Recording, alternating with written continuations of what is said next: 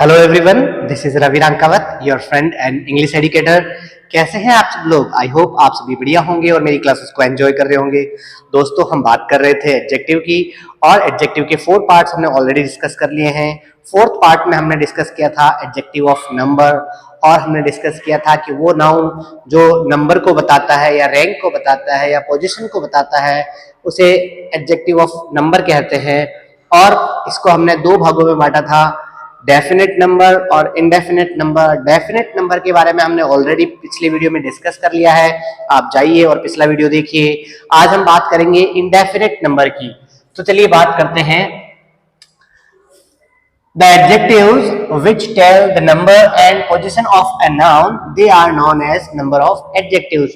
वो नाउन या वो एडजेक्टिव जो किसी भी नाउन के नंबर और उसकी पोजीशन यानी कि उसकी रैंक के बारे में बताते हैं, एडजेक्टिव ऑफ नंबर कहलाते हैं। It is divided between 2 parts, ये 2 भागों में बटे हैं, डेफिनेट नंबर और इनडेफिनेट नंबर। डेफिनेट नंबर के बारे में हमने पिछले वीडियो में डिस्कस कर लिया है।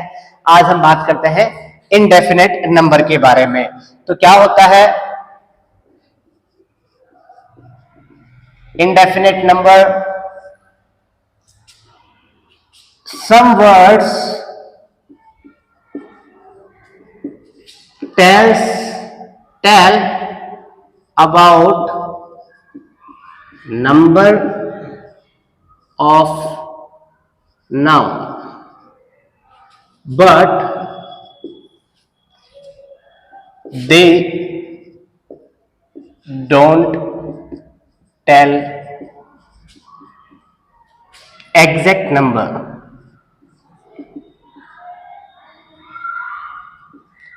They are known as indefinite number। अब एग्जाम्पल्स हम देख सकते हैं, जैसे many संख्या को बताता है, नंबर को बताता है, लेकिन कितने फिक्स नहीं। many a, few, of you, the few, ये सारे के सारे नंबर्स को बताते हैं। इसके अलावा और भी होते हैं, जैसे some, any, a lot of, plenty of, a large number of, a good deal of, a good amount of, a good deal of,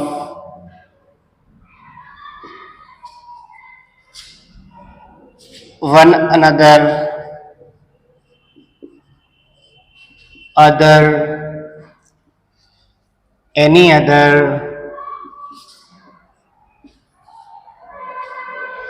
तो ऐसे और भी एग्जाम्पल्स हैं जो हमारे इंडेफिनिट नंबर को बताते हैं। आज हम बात करेंगे मैनी और ए मैनी के बारे में। जैसे पहले हम बात करेंगे मैनी के बारे में। मैनी मतलब बहुत सारे।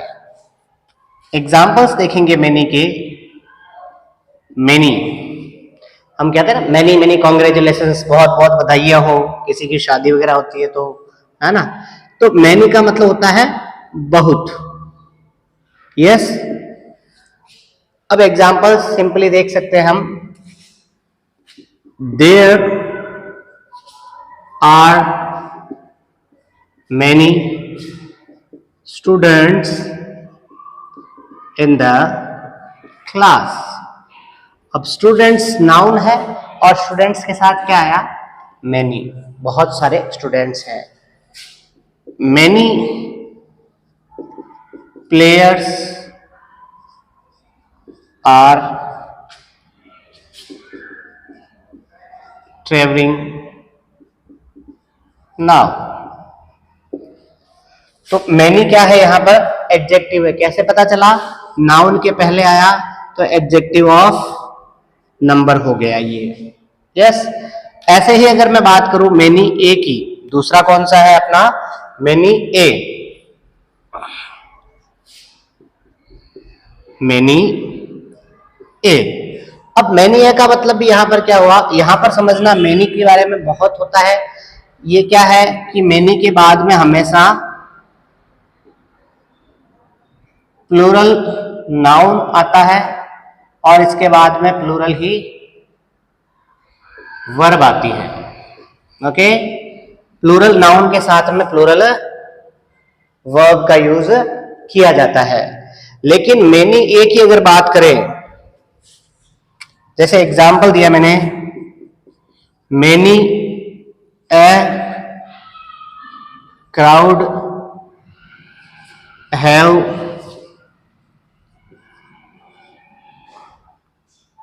गैदर्ड हियर, तो यहां पर समझिए मेनी के साथ क्या आया, ए आया, तो आगे नाउन कैसा आया, क्राउड। अब क्राउड सिंगुलर है या प्लूरल है, क्राउड सिंगुलर है, सिंगुलर नाउन है, तो इसके साथ वर्ब कैसी आनी चाहिए, सिंगुलर नाउन यानी सिंगुलर सब्जेक्ट के साथ वर्ब कैसी आनी चाहिए, सिंगुलर आनी चाहिए। इसलिए यहां पर क्या आ जाएगा, हैज आ जाएगा, हैव नहीं आएगा।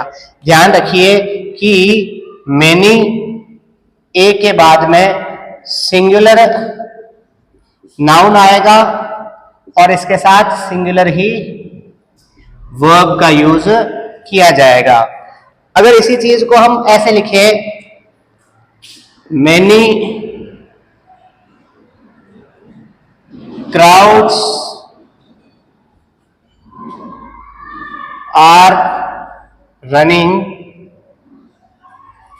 Here and there. अब वैसे तो क्राउड जो है सिंगुलर होता है, लेकिन कोई भी कलेक्टिव नाउन अगर अलग अलग हो रहा हो, जैसे ये कलेक्टिव नाउन होता है, क्राउड का मतलब भीड़ है ना, तो हियर एंड देयर रनिंग, यहां वहां भाग रही है, मतलब अलग अलग हो रही है। तो अब मैनी के साथ तो क्या आएगा, क्राउड्स आएगा, प्लूरल आएगा, और आगे वर्ब भी कैसी आएगी, प्लूरल आएगी। लेकिन मैनी ए के साथ सिंगुलर नाउन यानी सिंगुलर सब्जेक्ट और वर्ब भी कैसी आएगी, सिंगुलर आएगी, है ना।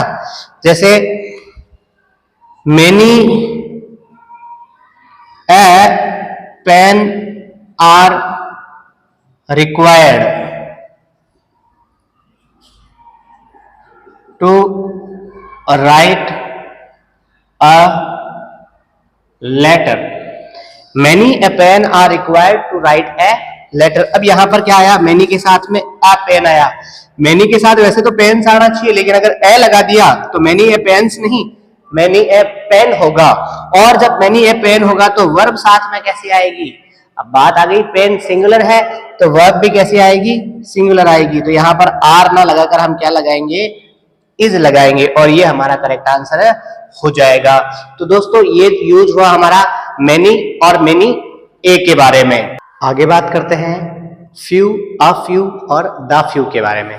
देखिए फ्यू का मतलब भी थोड़ा या कुछ होता है, अ फ्यू का मतलब भी थोड़ा या कुछ होता है, और द फ्यू का मतलब भी थोड़ा या कुछ होता है। अब डिफरेंस क्या है, फ्यू का मतलब होता है थोड़ा लेकिन अपर्याप्त, नॉट इनफ। अ फ्यू का मतलब पर्याप्त, मतलब इनफ, काफी, और द फ्यू का मतलब सभी या सारे के सारे, सारे के सारे, सभी के सभी या सारे के सारे। मतलब फ्यू का मतलब थोड़ा या कुछ, अ फ्यू का मतलब भी थोड़ा या कुछ, लेकिन और द फ्यू का मतलब भी थोड़ा या कुछ ही होता है। लेकिन फ्यू का मतलब होता है अपर्याप्त, जितना है थोड़ा लेकिन वो पर्याप्त नहीं है। पर्याप्त अ फ्यू अगर आ गया इसका मतलब पर्याप्त, और द फ्यू मतलब जितना है थोड़ा सा वो सारा का सारा। जैसे अब एग्जांपल देखिए, I have rupees, so I can't buy a car। अब यहां पर समझिए बात को कि I have rupees, मेरे पास पैसे हैं, I can't buy car, by A car, मैं कार नहीं खरीद सकता। तो अब ऑप्शंस अपने पास फ्यू, अ फ्यू और द फ्यू है। तो मेरे पास पैसे हैं लेकिन मैं कार खरीद नहीं सकता, मतलब कि हमारे पास पैसे जो है अपर्याप्त है, नॉट इनफ। तो यहां पर क्या आएगा, I have few rupees so I can not by a car. इसी को अगर मैं ऐसे लिखूं, I have rupees so I can buy a car. मेरे पास रुपए है, मैं कार खरीद सकता हूँ। तो मतलब पैसे थोड़े हो सकते हैं लेकिन पर्याप्त है, इनफ है। तो यहाँ पर क्या आ जाएगा, I have a few rupees. इसीलिए तो कह रहा हूँ कार खरीद सकता हूँ। अगर कार खरीद नहीं सकता तब तो मतलब रुपए कम है, तो यहाँ पर फ्यू आया। लेकिन कार खरीद सकता हूँ, इतने पैसे हैं, मतलब पर्याप्त है, थोड़े हैं लेकिन पर्याप्त हैं। अगला एग्जाम्पल देखिए, the barber cut hair the white hair which I had। नाई ने, बार्बर ने सफेद बाल काट दिए, विच आई हैड, जो मेरे पास थे। मतलब जो थे वो सारे के सारे, व्हाइट बाल थोड़े से थे लेकिन सारे के सारे, भाई सारे ही काटेगा ऐसा तो नहीं, दो चार छोड़ देगा, सारे काटेगा। तो यहां पर क्या आएगा, द फ्यू। यहां पर क्या आ जाएगा भाई, द फ्यू का यूज हो जाएगा। एक और एग्जाम्पल देखते हैं द फ्यू से संबंधित, या इनमें से आप बताइए क्या आंसर होगा। I had, sorry,